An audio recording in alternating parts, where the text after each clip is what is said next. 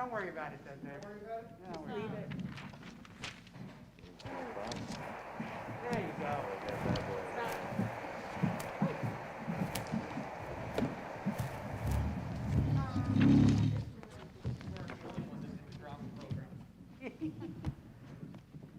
Michelle? No drama for this girl. No drama. Not drama for any which way. When I used to coach, I used to say there'll be no drama on my field. I say it at home, there'll be no drama in my home.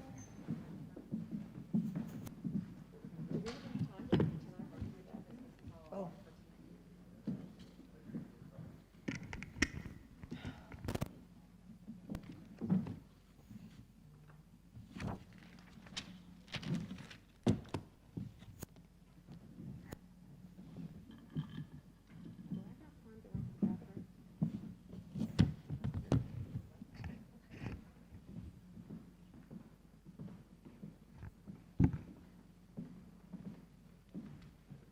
I turn that off.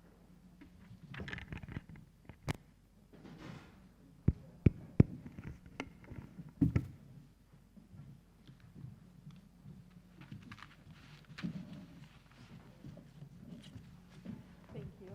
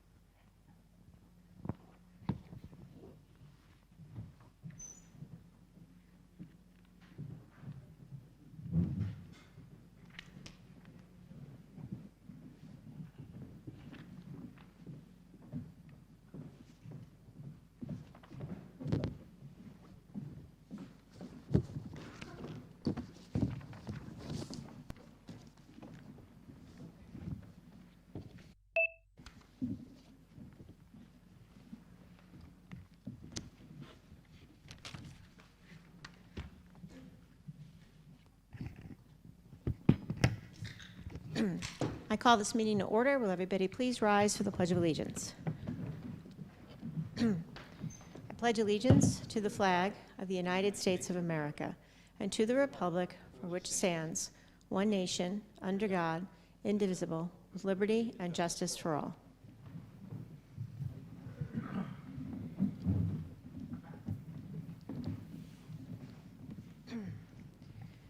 The New Jersey Open Publics Meeting Law was enacted to ensure the right of the public to have advance notice of and to attend the meeting of public bodies at which any business affecting their interests is discussed or acted upon. In accordance with the provisions of this act, the Cedar Grove Board of Education has caused notice of this meeting to be advertised by having the date, time, and place thereof posted on bulletin boards in the district, published and/or transmitted to the Verona Cedar Grove Times and Star Ledger newspapers, tap into online news, filed with the township clerk, and posted on the district's website. Roll call, please. Mrs. DeChara. Here. Mrs. Miga. Here. Mr. Splendoria. Present. Mr. Schoner. Present. Mrs. Dye. Here.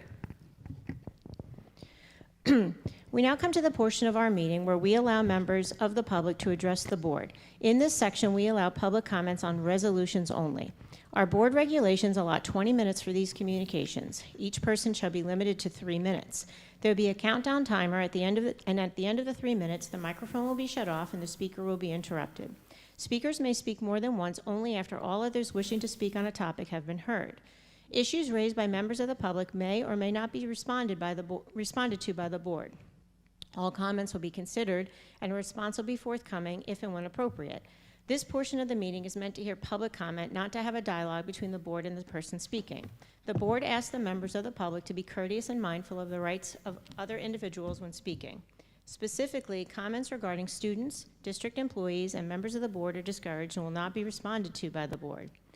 The public is reminded that students and employees have specific legal rights afforded by the laws of New Jersey. The board bears no responsibility, nor will it be liable for any comments made by members of the public. Members of the public should consider their comments in light of the legal rights of those affected or identified in their comments and be aware that they are legally responsible and liable for their comments. All statements will be directed to me as the presiding officer, and no one may address board members individually. Please be reminded that if your statement is too lengthy, abusive, obscene, or defamatory, you may be interrupted, warned, or your participation may be terminated. Please also be reminded that if any person does not observe reasonable decorum, is disorderly, or disrupts the meeting, you will be asked to leave the meeting. The board reminds those individuals who take this opportunity to speak to identify themselves by name, address, and group affiliation, if applicable, every time you address the board, and to limit their comments to items on the agenda. The meeting is open to the public for comment on items on the agenda. Nobody signed up, and so we're going to move on to committee reports. Good evening, everyone. Hello. How's everybody doing this evening? That's Fantastic. awesome. Glad to hear it. Does anybody have any committee reports? No. I don't have any committee reports, but I would just like to say, happy teacher appreciation, teacher and Absolutely. staff appreciation. Absolutely. To everybody in the district, and how cute it was that everything was on the lawn. Yes, and they're the being well chalk and celebrated. what they have, the FSA has provided the Java truck, I think Mhm. it was yesterday, and very nicely done. And thank you, Absolutely. teachers, staff, and everybody. Yes, thank you. Thank you. Appreciate it, definitely. I would also just like to say that I went to the car wash the other day for the high school, and they did a great job. Of course, now my car's yellow again because of the pollen, but they really did a great job, and they seemed like they were having a lot of fun. And they really were quite busy, which was really nice for the for the weather. They had, You they know, had good yes. weather, right? Yeah, they had great Had weather, great and it was great because I think they were saying that they raised a lot of money to help Music Matters, which is really important. Great. Yes. Wonderful. And the middle school had a fundraiser not too long ago. Were you able to attend that, Mr. Chara? Not putting you on the spot, but The middle the school. bingo? I did not. Okay, all right, well, But I know they do the middle school, and we'll find out. I think we have a meeting, excuse me, next week with the, I'll get the confirmation, but they keep calling it a pocketbook, and my Oh, yeah. mom always told me that that's, it's a It's purse. a purse. Right. but yeah, it's like a Louis and Yves Saint Laurent, and I forget who, Fendi I had my eye on. So yeah, nice raffle for one. Whoever wins picks whatever bag they want, and that's coming up soon. So. Very nice. All And I right. think also both the elementaries are doing. One is doing a walk or a run. Yes. I think once we have the the FSA meetings, we'll be able to report a little bit more on that and talk Yes. about it. And All they're, right, they're coming up next week, to be the continued. meetings. Great. So, yeah, well, I'll have something to report on at our next meeting. All right, so moving on then, we have 2 board presentations. We have 1 board presentation. Gotcha. So the one we're having this evening is the budget hearing? All right. I know, we're all moving for that?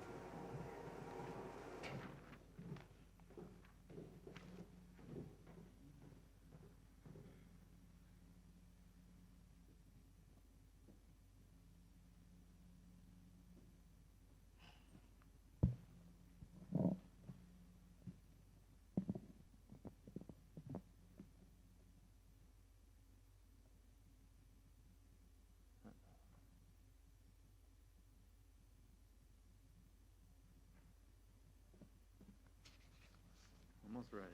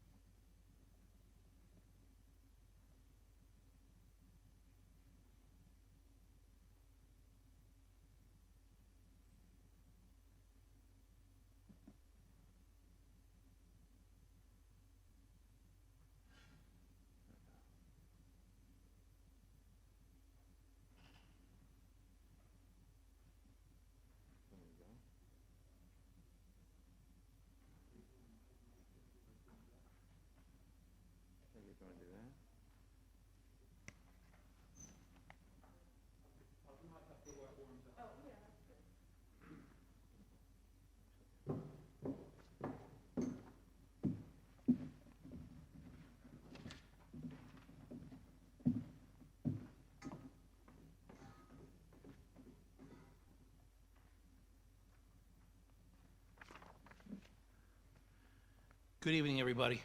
Just for the sake of time, while the equipment warms up and we resolve some technical difficulties, I'm just going to, I'll update everybody on the superintendent's report.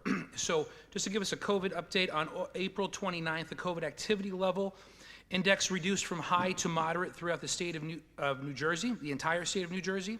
With this information, Cedar Grove Public Schools returned together, announced on Friday, April 30th, that all cohorts at Memorial Middle School will disband and all in-person students will return together on May 4th. Currently, Cedar Grove Public Schools have collapsed all cohorts in the elementary, middle, and high school levels, leaving only in-person and virtual groups of students attending school. All students who want to participate in in-person classes have been granted this ability through the 3-foot distancing protocol since the Cali Northeast region level was reduced to moderate. Cedar Grove Public Schools promised that with the change in Cali level, the students at the middle school and high school who wanted to return to in-person would, and we are honoring that need based on current medical and health information. Our team continues to work on and committed to establishing a plan for September that will bring our students back to a full-time in-person schedule. Autism Awareness Month. In a continuing effort to have each of our students see themselves reflected, recognized, and acknowledged in our instruction, our staff has been provided with an information and resource document on Asian American History Month, which is observed throughout May. With the current state of the nation and the rise of racially motivated violence and other hate incidents against Asian Americans, I think I'm messing up, sorry, Mike. There has never been a better time to celebrate the culture and accomplishments of Asian Americans community in our classrooms. For example, a teacher of science, mathematics, or STEM can infuse a lesson with information about Josephine Santiago Bond, who leads NASA's Advanced Engineering Branch, or discuss the contributions made by Stephen Chu, a Nobel Prize-winning physicist. A teacher of art could showcase Maya Lin, an architect and sculptor, who designed the Vietnam Veterans Memorial in Washington, D.C., as well as the Civil Rights Memorial. Or a teacher of social studies could discuss Patsy Takamoto Mink, who in 1964 became the first Asian American to serve in the U.S. House of Representatives. Our resource guide on Asian American History Month offers teachers of every grade level and subject area resources and opportunities to be an advocate and ally to the Asian community and to our Asian American students. SELC, that's our Social Emotional Learning Committee. On April 26th, SELC met to continue the conversation about planning lessons around social emotional issues starting in September 2021 at the elementary, middle, and high school levels. The community subcommittee developed a staff and parent caregiver survey that will be disseminated by June. This survey will help to identify needs of families and staff in our planning process for the 21-22 school year. Students have been previously surveyed to identify their particular needs at individual schools, and SELC also looks to begin a tradition in Cedar Grove where we recognize and value the function of the family unit. In September, a day will be selected to recognize and celebrate families in our first Family First Night. More information to follow. Also planning for next year is the concept of service and how service affects all students, staff, and community members in Cedar Grove. SELC is currently planning a multifaceted year event that will engage all of the above in the act of service. More information to come. EDAC, that's our Equity, Diversity, and Advisory Council. EDAC met on April 27th, and subcommittees elementary, middle, high school curriculum and policy reported out. Students in the Asian Fusion Club at the high school participated in upstander bystander training and will present at the May 19th Board of Ed meeting. A culture club is currently being created at the high school that will focus its efforts on multicultural approaches to student involvement and recognition. Also, a social justice book club was started at the high school by a student who is exploring systems of being a human.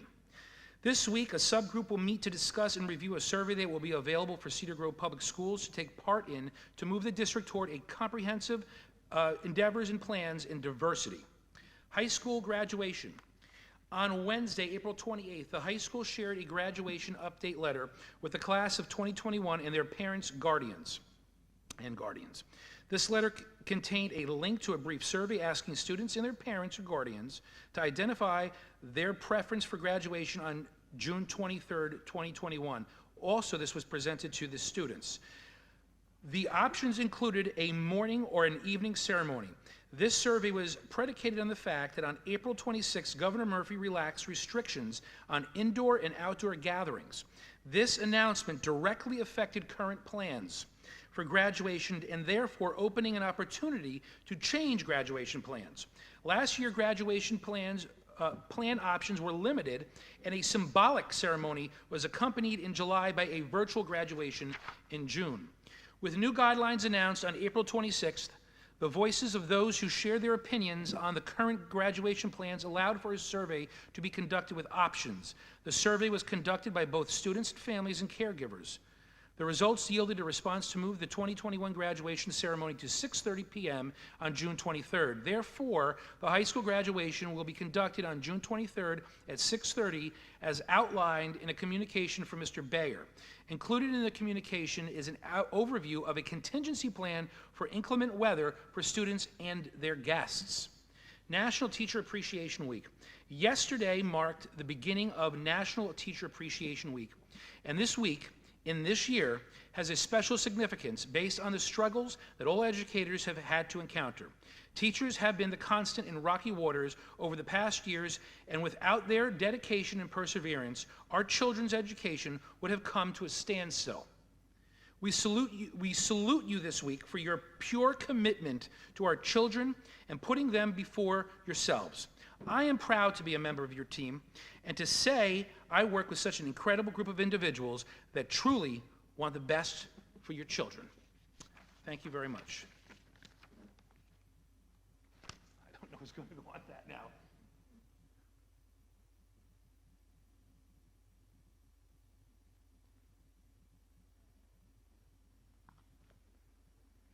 All right.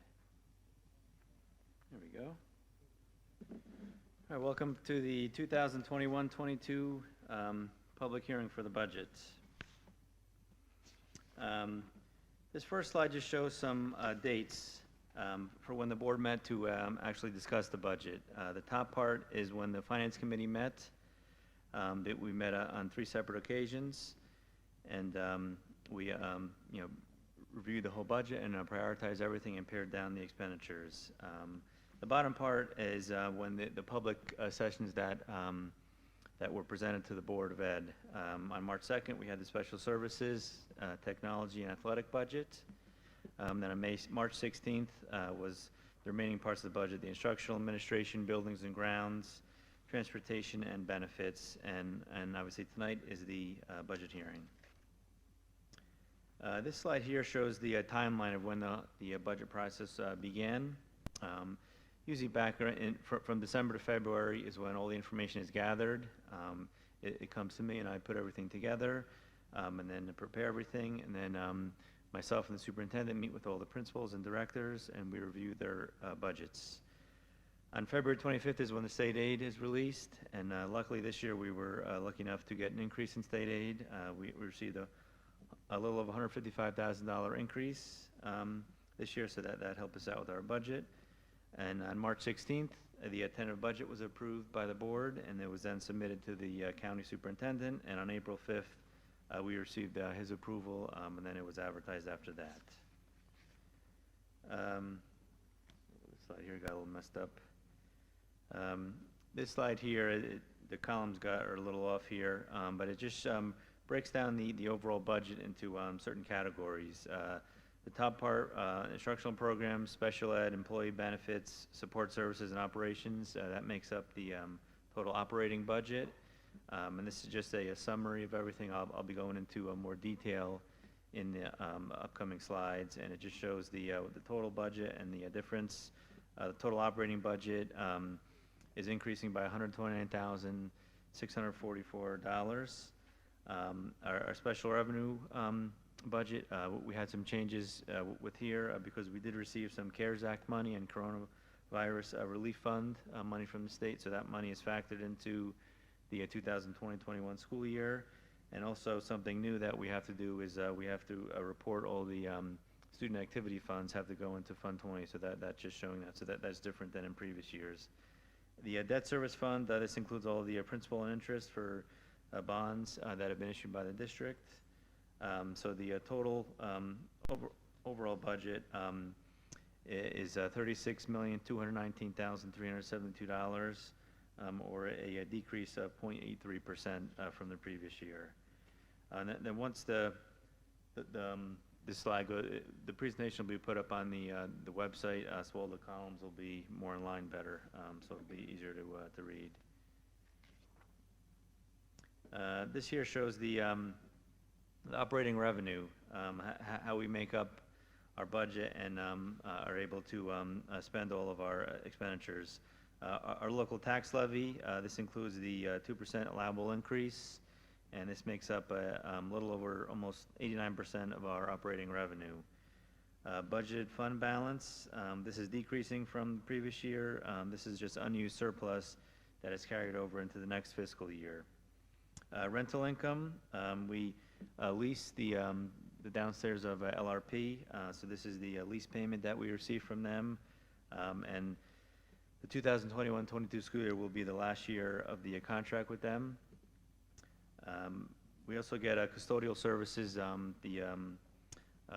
The district that we lease the downstairs of LRP to, they pay for 70% of 2 custodians.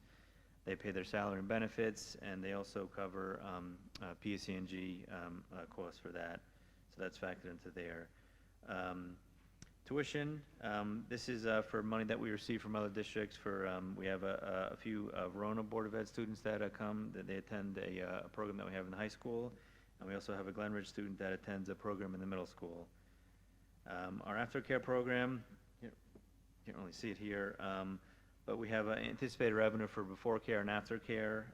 In the past, we've used the Montclair YMCA, but next year we're going to be using a different company. We're currently, myself and the superintendent, we're meeting with some companies. We have some proposals, so probably at the next board meeting we'll probably have something for board approval. Next, we have some interest income. This is just the interest that we receive from our banks for the funds that we have there. Miscellaneous income is basically just some E-rate funding that we get from the government, and some prior year refunds and any other income that's not anticipated. Rental of our fields is just anticipated for when either dance recital or somebody uses our field. We have somebody that uses our soccer field, so they give us money for that. Transportation, these are funds that we receive from parents that have students that ride our buses that are not eligible to receive free busing. Extraordinary aid, these are funds that we receive from the state for special education students that go out of district. And you can't see it, but we also prior year encumbrances make up some revenue in the 2021 budget. This here shows our state aid. As I mentioned before, our state aid has increased a little over 15% from the previous year, and it makes up about 4.5% of our operating revenue. We also have a withdrawal from maintenance reserve that will be going into the budget, and it's can only be used on ordinary maintenance. So the operating revenue is increasing by $129,000, or 0.39%. This is our total operating expenditures. Obviously, our expenditures must match our revenues. And then here are just some more details here. This is for our instructional programs, our regular programs here. They include all of our salaries for our regular instruction teachers in grades K to 12. It also includes any software expenses, copier leases, copier charges, supplies at every level is here, and any textbooks is also included here. Basic skills include supplies and salaries for both basic skills and ESL. Media services, if you remember in a previous presentation, you can see that this amount is decreasing a lot from last year or the current year to next year's proposed budget. This is because we will be eliminating the media specialists in the high school, south end and north end. We have instructional staff training. This includes a percentage of some district supervisors, and also any curriculum writing and software costs. evaluation software that we use in the district. This instructional part of the budget is going down by that little about $350,000, but the majority of that is because of the media specialists that are going to be used in other areas of the budget. Our special ed budget, the instruction part includes all salaries and supplies for our special ed programs, for the LLD program, our resource room, and our preschool disability program. Out-of-district tuition is for the placement of 32 special ed students that we have that are placed outside of our school district, and some of this tuition money is supplemented by our IDA grant. Related and extraordinary services, this is any in-house speech or occupational therapy or an interventionist or any ABA services. That's included in this part of the budget. And child study team includes the salaries of those individuals and also supplies and professional development. Employee benefits. Here we have our Social Security. This is the payments that we make to the state for our non-certified staff, such as secretaries and custodians. Retirement contributions. That's also a payment that we make to the state for non-certified employees. Workers' comp, this is the premium that we pay for all of our employees to be covered for workers' comp insurance. Tuition reimbursement, this is just as per the union contracts. And some other contractual obligations. This is also some other, some custodial uniforms, some sick day payouts, and some COBRA administration that we pay out. And the big one here is health benefits. Can't really see it here, but our health benefits for next year is projected to be $5.7 million. We are part of the school employees health benefit program, so that's run by the state, but our prescription and dental coverage is with a private carrier. Right, support services. This is broken into several categories here. We have our attendance and health services. These is all the nursing salaries for everybody in the district, and also our school physician. Guidance. Here you see a larger increase.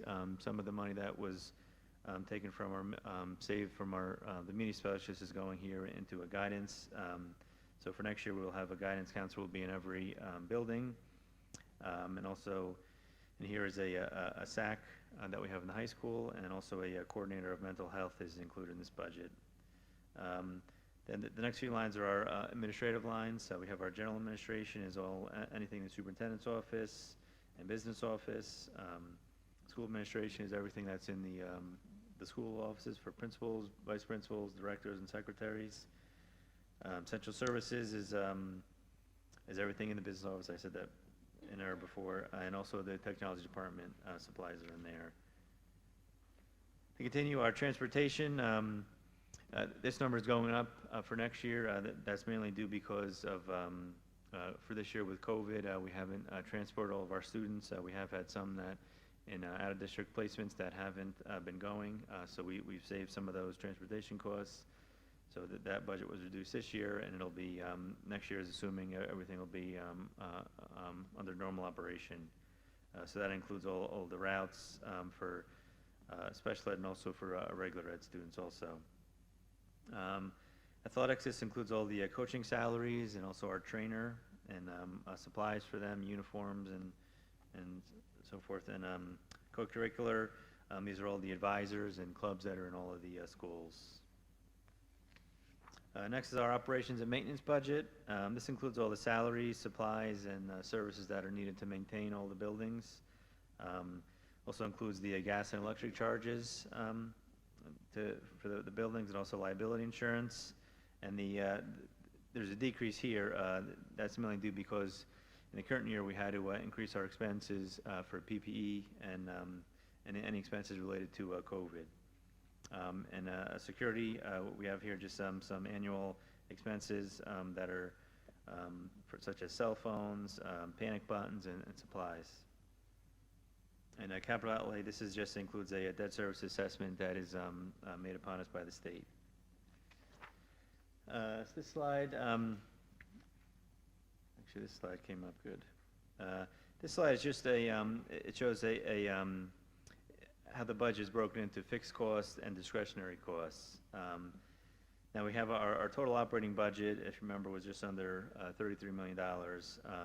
So the fixed costs, I like to break into categories, personnel category, student, and other categories, such as professional services and all that. So in the personnel, this includes all the salaries, benefits, it makes up pretty much the majority of the budget, or 77.2% of the budget. Student expenses is anything related to expenditures for students, such as out-of-district tuition, transportation, and any evaluations. That's a little over 14%. The other costs, this is our energy costs and software expenses, legal expenses, our auditor expenses. That's all factored into here. So that amounts to 3.4% of the budget. So if you add everything up, that's a little over $31 million, or just under 95% of the budget is fixed costs. So that means that the remaining 5% we have are discretionary costs. So it just shows how much of the budget is fixed whenever we're, we have to look at reducing expenses. This is where we don't have a big pot to reduce them in. This slide here just shows the new items in the budget for next year. So we have a few personnel items. Our curriculum supervisors currently, they are 10 months. For next year's budget, they will be 12 months, and they will cover grades pre-K to 5 and grades 6 to 12 for those two positions. We have a reading specialist that will be used at the elementary level. We'll have an additional guidance counselor will be placed at the high school. So now, as I said before, we'll have one in every school. And the high school will also have a coordinator of mental health that will be working with all the guidance counselors in all the schools. We also have a summer step-up program that's going to be new for next year, which will be helping students over the summer. And as in past years, we'll be getting new Chromebooks. This year, we're adding another level to it. So grades K, 5, and 9 will be getting new Chromebooks. So this means that we'll now be a one-to-one district. The last couple of years, we were just one-to-one for grades 5 to 12, so now we'll be one-to-one for the entire district. And we'll also be getting a point-of-sale system for our cafeteria. So this just means that we won't be exchanging any money, so parents will be able to put money on a card. It'll be an online account. You could transfer money in by your bank account or by credit card, and the students will have the card, and then as they go to lunch every day, they just present the card, and it'll deduct the meal that they get from the card, so it'll speed up time. A lot of districts are using it, and the parents will also be able to track the purchase that their children make. So you'll see what they're ordering, if they're getting the meal, or if they're just ordering chips or whatever. And lastly, athletics. Winter track is currently being run as a club. It has been like that for a while. Next year it will be a varsity sport. And we'll also be getting a new golf program for next year. So this last slide just talks about the tax impact for the operating budget. For the average home, the increase is $98.70. The average assessed house is $470,900. So that's what for the average home is $98.70. And this comes to $8.23 per month. $1.90 per week, or 27 cents a day. And the estimated school tax rate is increasing by 1.51%. And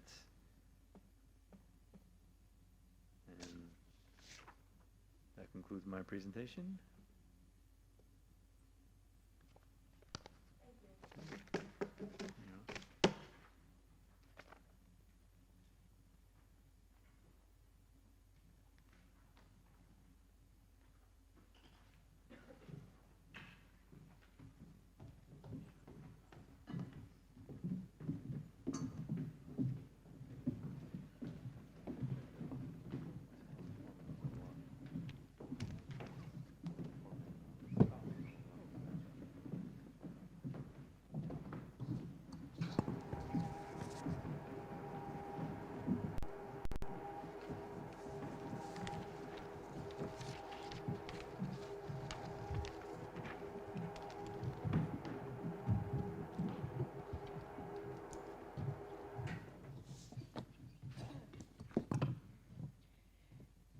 Thank you, Mr. DeVita. We appreciate the update.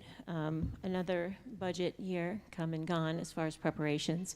I thank Mr. Schoner, who was on the Finance Committee with me, and obviously to Mr. Grosso, who was new to the committee, and Mr. DeVita for obviously always being prepared and getting us the data that we needed, and we appreciate it.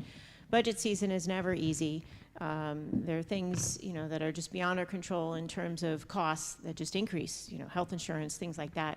And so we try very hard to manage with what we have, to increase programs where we can and to move the district forward. And in some years, it's a little more challenging than others.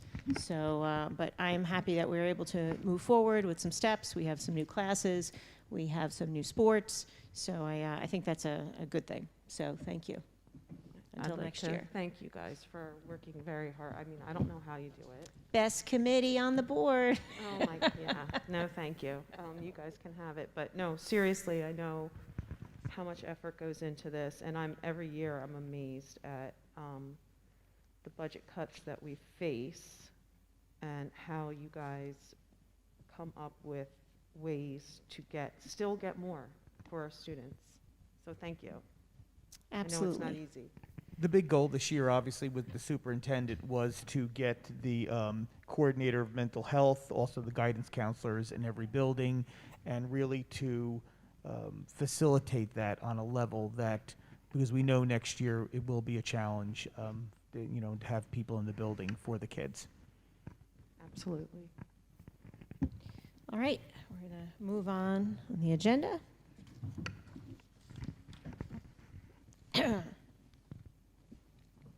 From the Office of the Business Administrator and Board Secretary, under minutes, can I have a motion for B1 and B2? So moved. Second. B1 is a motion to approve the public and executive minutes of April 20th, 2021. B2 is a motion to approve the Board Secretary's certification to the Cedar Grove Board of Education pursuant to the code that no line item accounts have encumbrances and expenditures which in total exceed the line item appropriation. Any discussion? No. No. No. Roll call, please. Mrs. DeChara, Yes. Mrs. Miga, Yes. Mr. Spondoria, Aye. Mr. Shoner, Aye. Mrs. Dai. Yes. Under business, can I have a motion for B3 through B11? So moved. Second. B3, resolve that the final budget numbers listed below are adopted for the 21-22 school year. B4 is a motion to approve setting the travel maximum for the 21-22 school year. B5 is a motion to approve submission of the Coronavirus Response and Supplemental Appropriations Act of 2021 Elementary and Secondary School Emergency Relief Fund with the following allocations.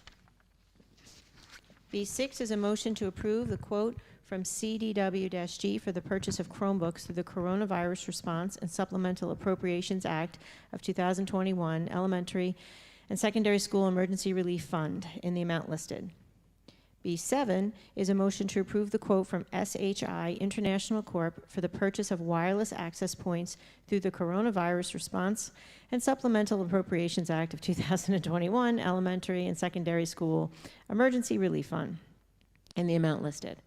B8 is a motion to approve the quote from Pay Schools for the purchase of a point-of-sale system through the Coronavirus Response and Supplemental Appropriations Act of 2021 Elementary and Secondary School Emergency Relief Fund in the amount listed. B9 is a motion to approve Zenith Construction Services, Inc., final payment application number 5 in the amount listed.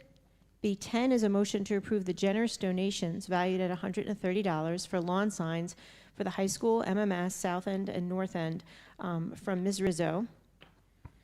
And B11 is a motion to approve the submission of the school security grant through the Securing Our Children's Future Bond Act in the amount listed.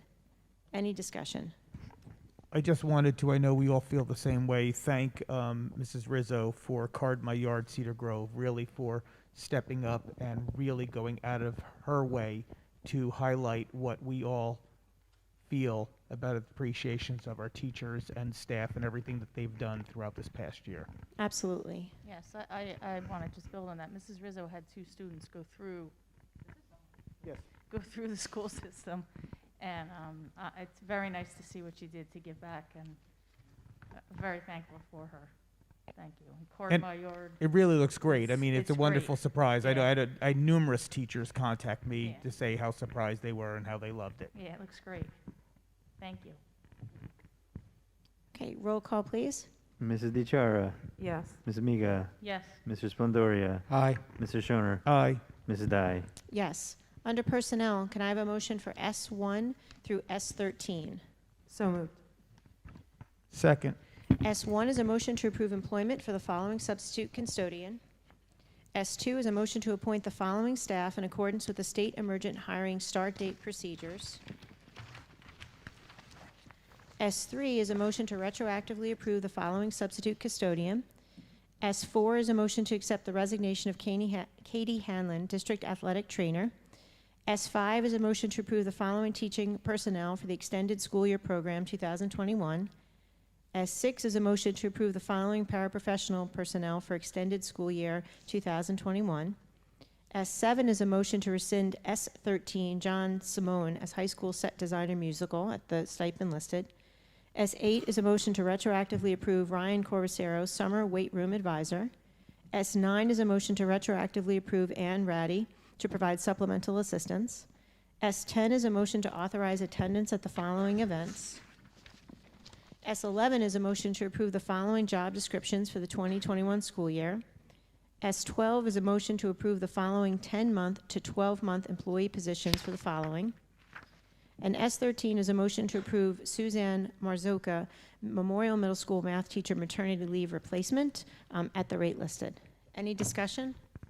I just wanted to thank Katie for the trainer, because my children still have her, and she has been fantastic with my son who graduated over the years. Really, she's been just amazing. No, she's been great, and she's handed out more than one strip of KT tape to my kids as well, so she's fantastic. Yes, wishing her nothing but the best. Absolutely. Roll call, please. Mrs. DeChara, Yes. Mrs. Amiga, Yes. Mr. Splendoria, Aye. Mr. Shoner, Aye. Mrs. Dai. Yes. Under curriculum, can I have a motion for S14? So moved. Second. S14 is a motion to approve the following employees to write curriculum. Any discussion? No. No. Other than, once again, Mr. Vanderhort was here last week, fantastic, very excited about this new program that he wants to implement and put in. He's going to be fantastic, and I'm looking forward to seeing what he actually does. I'm with you, Dave. I agree. I was telling Laura the other night, I was like, I want to take this class. Yes, it's actually right on point. Roll call, please. Mrs. DeChara, Yes. Ms. Amiga, Yes. Mr. Splendoria, Aye. Mr. Shoner, Aye. Mrs. Dai. Yes. Under contracts, can I have a motion for S15? So moved. Second. S15 is a motion to approve the following contract for a special education student as recommended by the Director of Special Services. Any discussion? No. No. Roll call, please. Mrs. DeChara, Yes. Ms. Amiga, Yes. Mr. Splendoria, Aye. Mr. Shoner, Aye. Mrs. Dai. Yes. At this time, the Board of Education offers members of the public an opportunity to address issues regarding the operation of the Cedar Grove Public Schools. In this section, we allow public comments on all school-related matters. Our regulations allot 40 minutes for these communications. Again, each person shall be limited to 3 minutes. There will be a countdown timer, and at the end of the 3 minutes, the microphone will be shut off and the speaker will be interrupted. Speakers may speak more than once, only after all others wishing to speak on a topic have been heard. Issues raised by members of the public may or may not be responded to by the board. All comments will be considered and a response will be forthcoming, if and when appropriate. This portion of the meeting is meant to hear public comment, not to have a dialogue between the board and the person speaking. The board asks that members of the public be courteous and mindful of the rights of other individuals when speaking. Specifically, comments regarding students, district employees, and members of the board are discouraged and will not be responded to by the board. The public is reminded that students and employees have specific legal rights afforded by the laws of New Jersey. The board bears no responsibility, nor will it be liable for any comments made by members of the public. Members of the public should consider their comments in light of the legal rights of those affected or identified in their comments, and be aware that they are legally responsible and liable for their comments. As I stated earlier, all comments will be directed to me as the presiding officer, and no one may address board members individually. Please be reminded that if your statement is too lengthy, abusive, obscene, or defamatory, you may be interrupted, warned, or your participation may be terminated. Please also be reminded that if any person does not observe reasonable decorum, is disorderly, or disrupts the meeting, you'll be asked to leave the meeting. The board reminds those individuals who take the opportunity to speak to identify themselves by name, address, and group affiliation, if applicable, every time you address the board, and to limit their comments to items directly related to the operation of the school district. The meeting is open to the public for comment on items on or off the agenda, and I have a sign-up list, so I'm going to go in order, and the first person I have on the list is Bill Scanlon.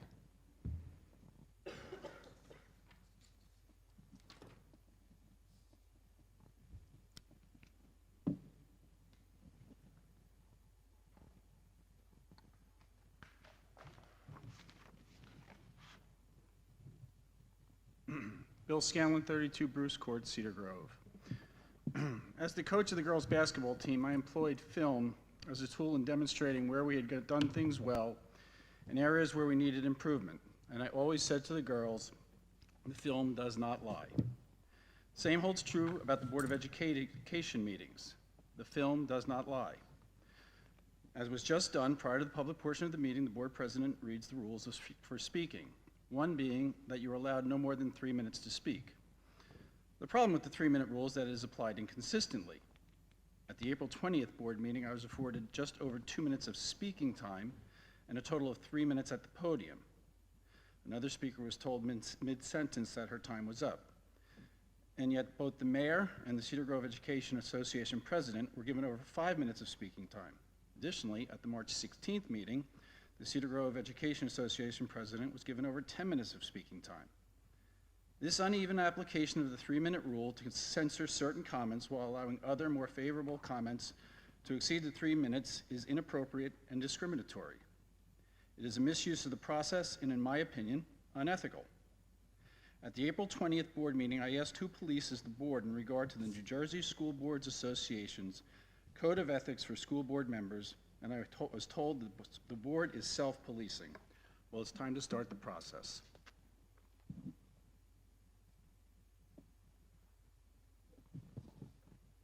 Thank you for your comment. Next, I have Dawn Dora.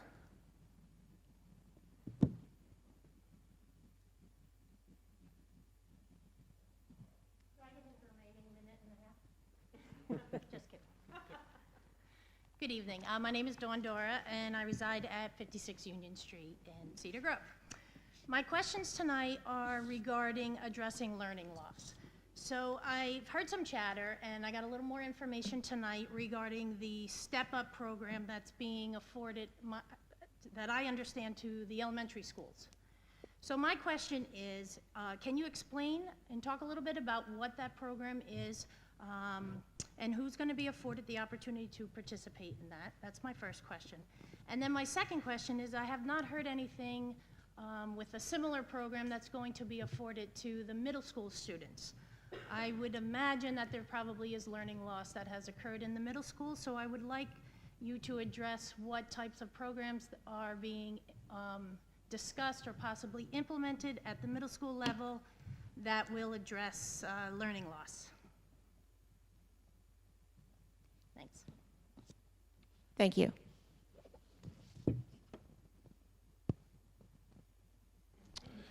Good evening.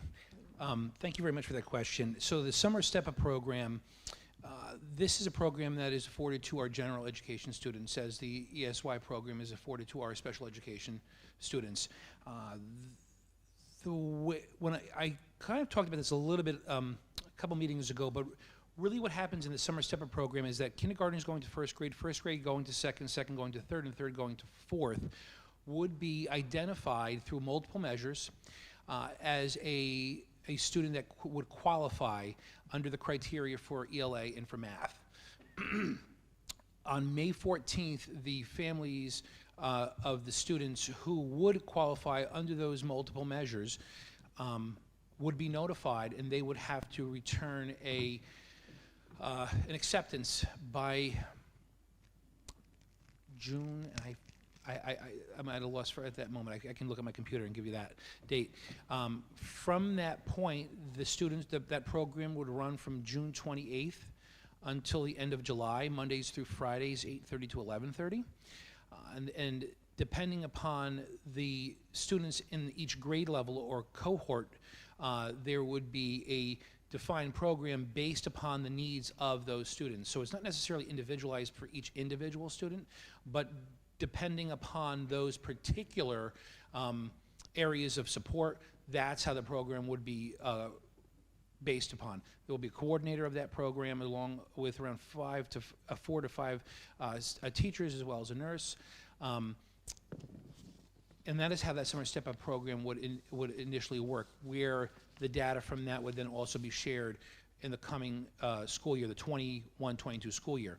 So as far as the middle school, and quite frankly, as the high school as well, I mean, all of our students are going to have some learning loss.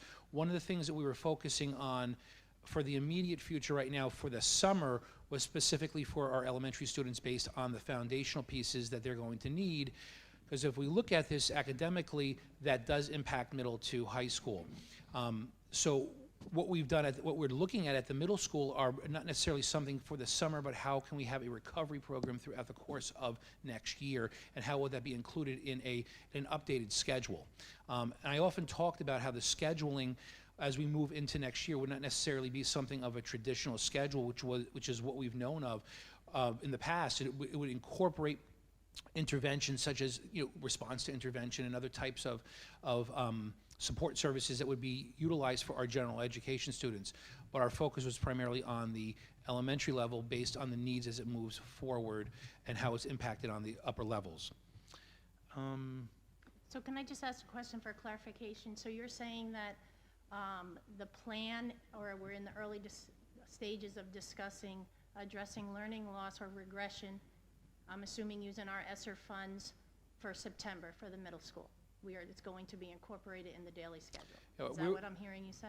We're definitely discussing looking at how we can afford the students that are at Can you stop the clock, please? Thank you. What happened?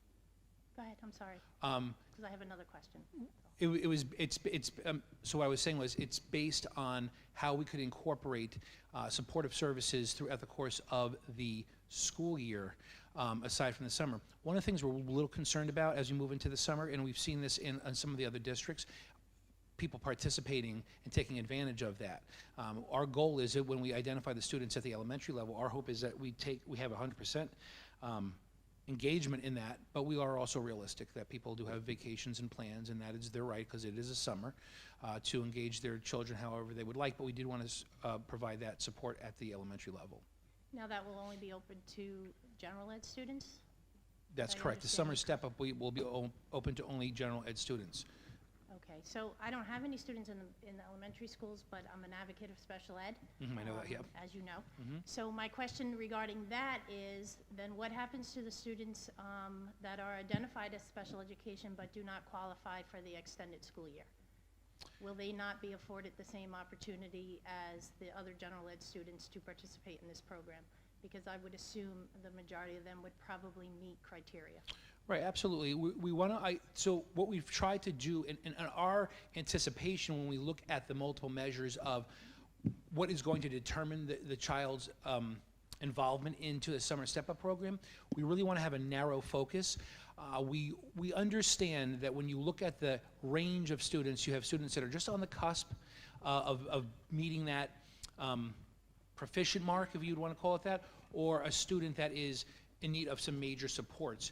Really what we want to focus on are those areas of math and language arts, and where do they fall, and the numbers of where they fall and the number of students. And it is also something that we want to financially look and see that how we're able to support our staff and our students as well. Because that is all part of a process of creating a programming as well. But we do want to look at that area where we have students that would, I guess you would say, the students that are kind of on that cusp level where we can kind of push them over, where we can help them move into that proficient mark where they would have the tools needed to be successful moving forward. But just to comment on your comment of all students, That is the purpose of us collaborating together with our special education director, as well as our building principals, on ways to provide supports within the school during the year. The reality of it all is, and I think everybody in education understands this, and parents understand this, is that recovery is going to be a main priority. And how are we going to do that? And what programming are we going to provide?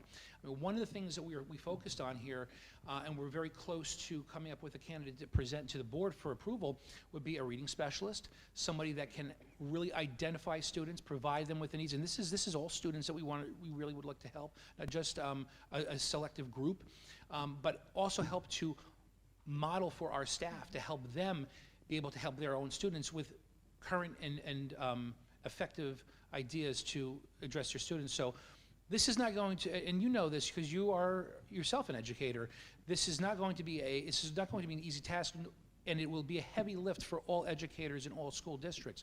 But our goal has been throughout the process, how are we going to do that? What are we going to do for the students? How are we going to involve parents into this process, and having everybody take ownership for that. So that's what we're doing. We're in the process of looking at that. There's no easy one way of doing it. We know that as we move into the 21-22 school year, there will be an evolution of those ideas, and we will find that there'll be other ideas based off of our original one that will be able to help our students and our staff move our students forward. Thank you. Well, I look forward to the options that are going to be afforded to our students in the middle school next year as a parent of a middle school. And I just want to leave the note that I am excited and look forward to the additions in the high school, specifically in the guidance department. Thank you very much. And I I look just want to say forward one to thing that. before you go. I also would like to offer to you, because we are partners, we're colleagues with each other, best practices are always shared, and I think that's how we grow as a community. So I'm more than welcome to listen to your ideas as well. I would love to take you up. on Thank that. you very much. Thank you. Appreciate it. Thank you. The next person I have is Agnes Norman.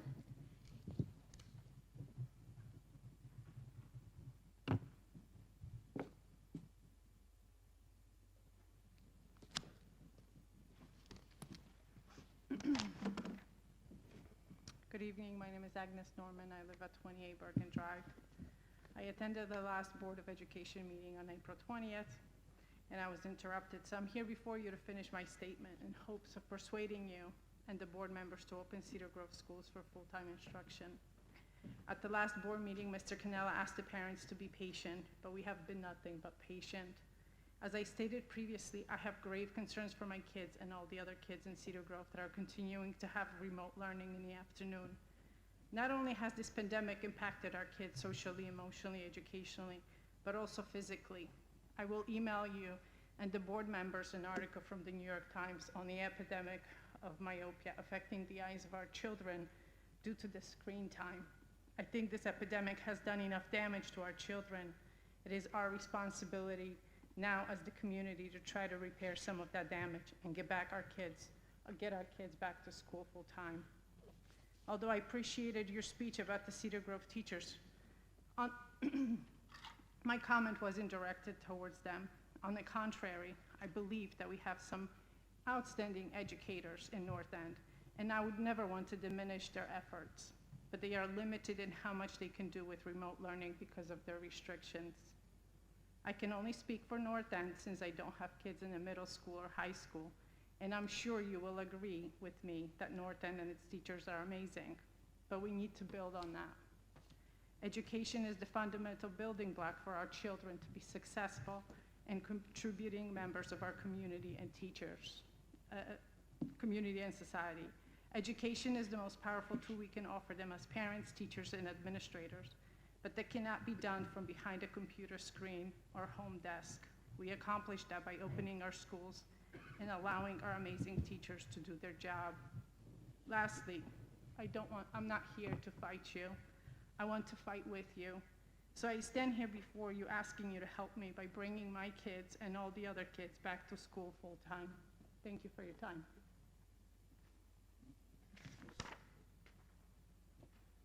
Thank you for your comment. Next, I have Edith Fusco.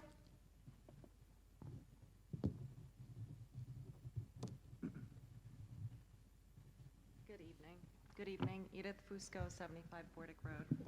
So I hope everyone's having a great evening. I, like many parents, were very grateful that the cohorts have been collapsed and most children have been able to return to school. This is a positive move in the right direction, but naturally we would love to see our children back to the pre-COVID normal full-day schedule with lunch included. I have searched high and low to see if I could find articles that link COVID outbreaks to full-day in-person instruction.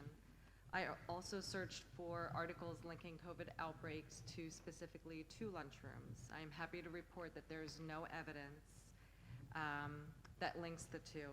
The CDC website, when you read some of the comments, the CDC website states, quote, "In-person learning in schools has not been associated with community transmission," unquote. Sarah Bode, who is a member of the American Academy of Pediatrics Council on School Health, states, quote, "The goal has to be to get kids back to an in-person learning. There has been a mounting body of evidence over the past year of schools being able to put mitigation strategies into place and not seeing much student-to-student spread.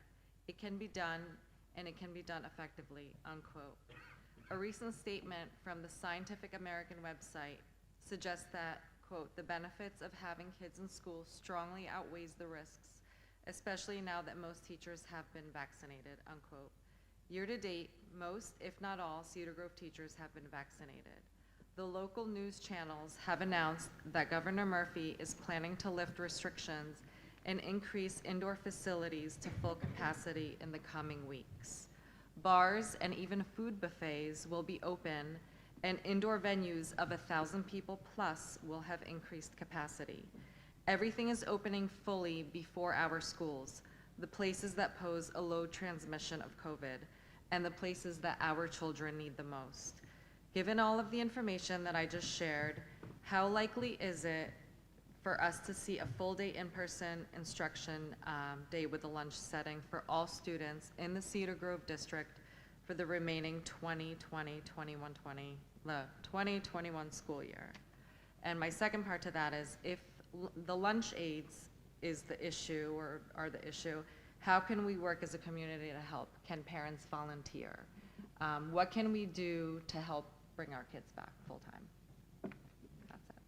Thank you. Well, thank you very much for that question. I will be more than happy to kind of walk you through the obstacles that hold us back from doing that. I believe there's probably around, I think there's probably around 30 days left in the school year, academics days in the school year. And part of those are half days as we move towards June. You've heard me sit up here and talk about this, but one of the things we've discussed as a team here in Cedar Grove about moving back to a full day. If we're going to move back to a full day, we want to be, you can hear me, right?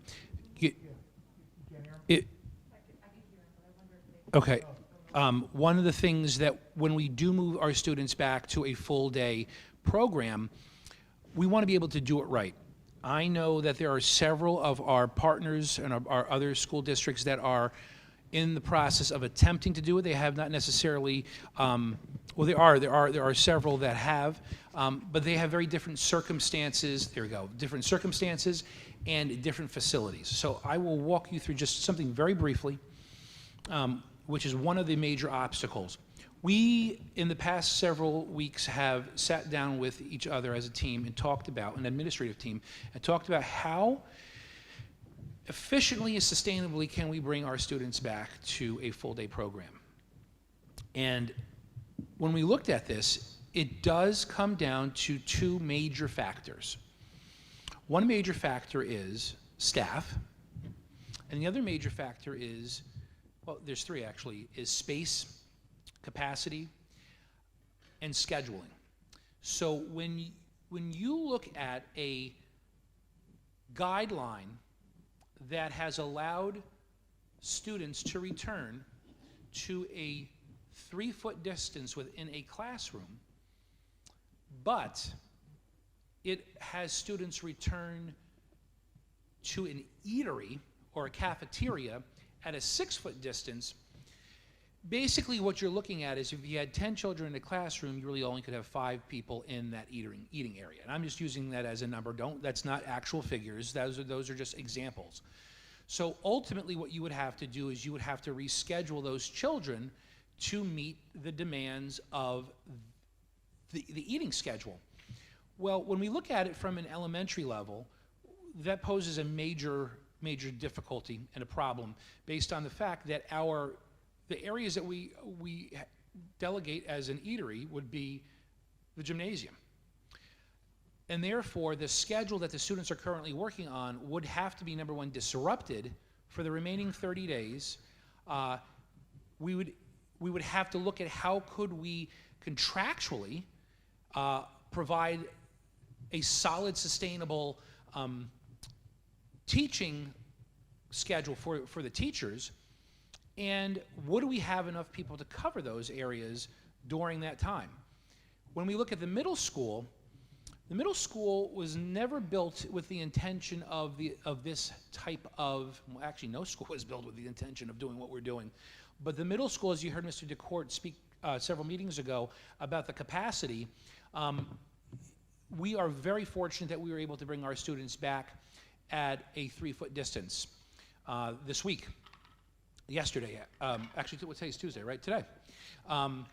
So eating would be another difficulty. At the high school, we look at it and there's several options, which makes it a little bit easier, where we look at the ability for a cohort of our students to be able to go have an open campus lunch.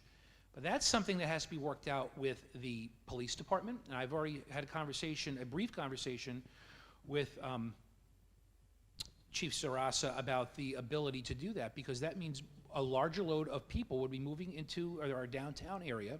That would include having crossing guards, being able to participate in the safety aspect of it all. And is that available to us right now at this particular time with basically 30 days left in our academic year? So when we look at them, we weigh those options. One of the things that we've talked about, and you will see within this month, the middle school and the high school will be piloting during the school day and perhaps after, we're not quite sure yet, on how can we sustain that and what would that look like in each of the individual schools, and what would that capacity look like. You know, one of the other things we have to look at as well is that when we offer a food service to the students, that we utilize Pomptonian. And one of the things that you noticed tonight that that the board has passed is a point of service where there would be no exchange of cash. It would all be a touchless transaction, and there would be the ability to not look at even though Governor Murphy has sanctioned a buffet service for restaurants, that's not necessarily what our food service would look towards doing. Mr. DeVita and I were on a call, I guess it was several weeks ago, with our food service, with other people with other districts throughout the state, and we've looked towards Florida, who has done this, but they've had some interesting configurations on how they would provide those services. We're also looking at regional districts that are much, much larger than ours, and so there's certain things that they're capable of doing that we wouldn't necessarily look at doing at a local level. So there's all these little factors that go into it. My goal, our goal as a governing body for Cedar Grove Public Schools is that when we come back in September, we want to make sure we do this right. We do not want to do any knee-jerk reactions. We do not want to rush through something because others want us to do that. We want to get it right for our children. We want to get it right for your children. And we want to make sure when we do this, it is in the most productive, safe, and sustainable way that we could possibly do this for them. So these are all the different parameters that we're taking into consideration. And just to kind of give you an idea, as a person who has created a master schedule for a school, and I've created master schedules for a middle school of over 800, a elementary school with 650, and I've worked in collaboration at a high school with almost close to 2,200 students. Scheduling is an art form. It takes a lot of intuition, time, calculations, and it can't be, a switch cannot be flipped on a moment's notice, because there's a lot of different parameters that are put into place. And just to give you that idea, when the governor announced or rather when the Cali rating came down to 3 feet, had a conversation with Mr. Bayer here at the high school, and one of the things we talked about was, based on that, how is that going to change daily operation for this building? And one of the biggest pieces that was going to change was the movement of going back to a regular classroom compared to being taught in a room like this, or being taught in a cafeteria, or more of an open space. So those are all the pieces where there's a lot of things that we've done throughout this entire process that was kind of on the fly because we've had to, and based on a crisis situation, a lot of heads work together to get that done. And I am so proud of the administrators and the staff for being flexible to do that. And they've done it. So when I look at the last 30 days or so, and I want to see how things can work, we do want to, in between that time period, pilot something to see, is this a possibility, and can we do this the right way for September? I think a very foolish thing to do would be to say that we're going to do something, not necessarily test it out, and then come September say, uh-oh, we should have done that. Now we've got to flip the switch. And there are several districts, several around us, that have done that over and over and over again this year. We have not. We have been consistent since September, and we continue to be consistent.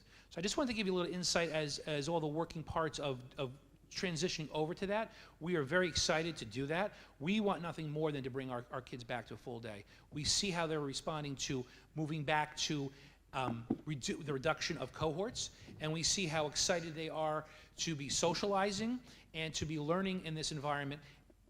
This is the reason why we got into this profession. We wanted the best for children. We know that what was going on this year by no means would have ever been the best for children, but it was something that we were doing that we felt was the best, and we were doing our best while that was happening.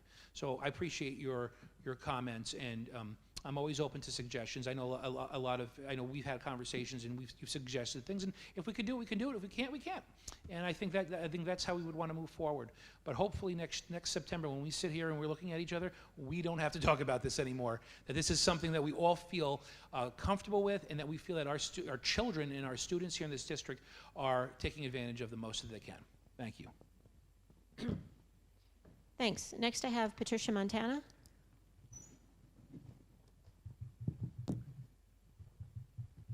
Good evening, Patricia Montana, 5 Emery Court, Cedar Grove. So now that cohorts have been combined, will we see a change in the policy regarding the use of desks and lockers? Specifically at the elementary schools, will children be allowed to leave their materials at their desk overnight, and at the middle school and high school will lockers be reopened?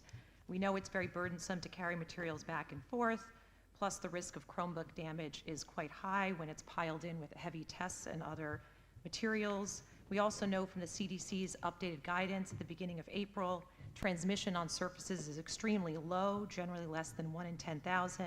So will the district update its policy on desk and locker use? If you have more, I'll answer all your questions at the end. Okay, great. So number 2, can you shed some light on whether the playgrounds at South End and North End are open and available for students to use during the school day, should administrators and teachers wish to allow it? Number 3, can you explain whether the district intends to continue to require students to quarantine when returning from travel? And the reason I ask this question is because at this time, New Jersey, and I quote, is not mandating quarantine for unvaccinated individuals returning from travel. While the state expects individuals to follow the recommendations to self-quarantine, it is, in fact, entirely voluntary. So will the district consider changing its position on this to strictly follow the governor's health guidance? And then lastly, I appreciated the graphic outlining the plan for returning to in-person next academic year. Could you explain further the plan B, traditional blend? Some parents are concerned that alternative scheduling is just a fancy way of reinstating cohorts for next year. I'm assuming that's not the case, that under both Plan A and Plan B, students would be attending every day, full day, every week with lunch. But can you explain that plan further, speak to those concerns, and address how lunch will be handled?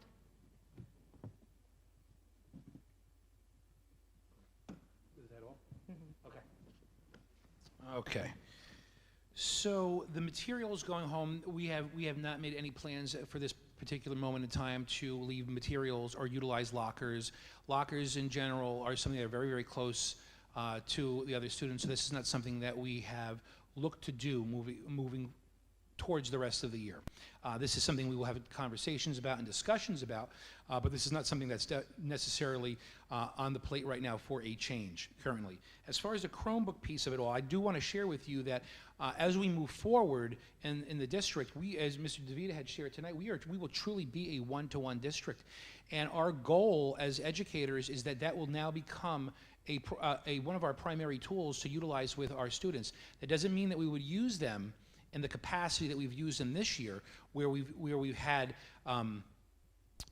the Google Meets or Zooms or platforms such as that, although that could be used for certain things.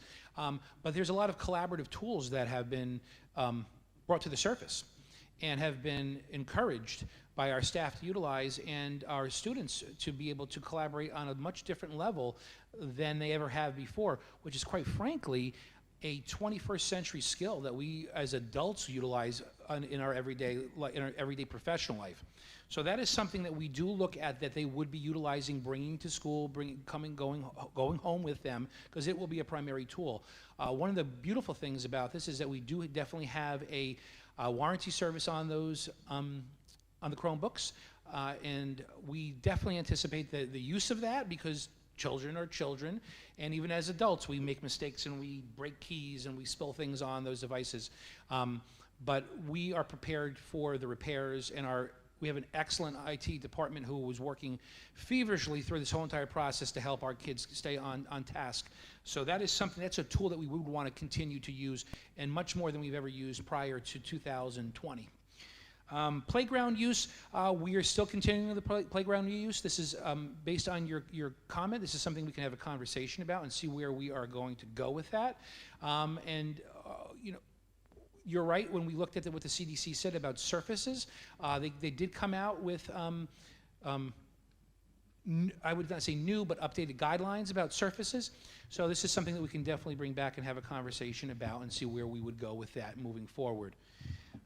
Student travel use in quarantine, we will still continue to keep that student travel quarantine in place.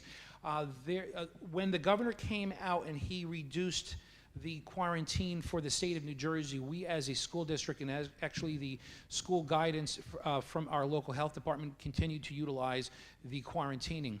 We've reduced the time for our employees as well as those who were vaccinated or those who had COVID. But we could continue that in the realm for our students because we do have a lot of students that are traveling out of the state, and especially this time of year when we have a lot of our high school students visiting colleges. There are colleges that are accepting open campus visits, so we would want to just be cautious with that because we still daily have cases within our school system that are from students, not necessarily from our staff. But we do have both, so we do want to be cautious about that. And the graphic. So the graphic shared a traditional and a traditional blend. And when the time is right for us to share out those plans for a comprehensive plan, I should say, to the public, we will definitely be doing that. And we'll be providing a same way that we provided a reopening plan, we will provide that in that same circumstance and service to our families and the public. When we look at alternative scheduling, that does not mean cohorts. What that means is that when you look at a traditional schedule that we may have been used to, and this is kind of answering the first question about recovery, you cannot necessarily do things the way that we used to do them. And that is purely on the fact that we need to tend to the needs of our children and where they currently are. So would that mean adjusting lengths of periods or decreasing and adding something else into the mix? Does that mean providing support periods or programs within that? That speaks to the point of lunch, where we were definitely, and I've shared this before, we are definitely heavily looking at the opportunity for families to, if they can, and we know that there are a lot of families that cannot, but if they wanted to take their children home for lunch, very similar to what I did when I was in elementary school, they would have that opportunity. We're exploring the idea of opening up an open campus for our high school students to, it's currently being offered to our seniors. Could it be offered to other levels? And how would that impact our community? How would that impact our safety parameters? And what I mean by that is, how would that affect our local police, and how would they be able to help support that safety? So it encompasses all those pieces, very similar to what we just talked about just before, about when we talked about going back full time. Those are the pieces of the puzzle. But I never stated in there that we would go back to cohorts. It would be creative scheduling. And quite frankly, quite honestly, being somebody that has scheduled for a very long time, schedules look different year to year to begin with, and they should. You should never really have a same schedule. When we look at the high school, we have a double rotating drop, but things can change within there. Courses and support services can be offered in a whole bunch of different ways based on what children need. So that when I talk about that, that's what that means. It means looking at the needs of the children. How do you alter those schedules, and then how do you provide lunch for children? So that's really where that all comes from. Okay, I just have one follow-up. So thank you for considering looking at the playgrounds again. And I would just urge the district to look at the policy of bringing books back and forth. I understand the Chromebook. My point wasn't that Chromebooks shouldn't go back and forth. It's just, my fourth grader, for example, his backpack weighs about 35 pounds because he's bringing all of his textbooks back and forth each day. Now that they're in the classes and at the elementary school level, they're not moving between classes. Can they store their books and materials back in their classroom desks, particularly what we know now about surface transmission being relatively low? So I would just ask, as you're reconsidering the use of the playgrounds, that you also look closely at that policy, because it is very fluid, as I know the district has said before, and so a lot of these, rules and policies should be fluidly changing as well. Thank you. Thank you. Oh, by the way, before you go any further, I just do want to say to your question in the very beginning, the deadline for parents whose children qualify for the summer step-up program would be June 4th. It will come out, for those who are eligible, it will come out to in the communications. I just wanted to share it because I know I said June, but I just didn't know the date. I looked it up. Okay, I close that portion of the meeting. Announcement of future meetings. The next one will be May 19th, same place, same time. And then the one following that will be June 15th, same place, same time. Anybody else have anything to add? No. All right. Can I have, I hope everybody has a good evening, and can I have a motion to adjourn? So moved. Second? Roll call, please. Mrs. DiChiara, Yes. Mrs. Miga, Yes. Mr. Splendoria, Aye. Mr. Schoner, Aye. Mrs. Dye. Yes. The meeting is ended. Everybody have a good night. Thank you.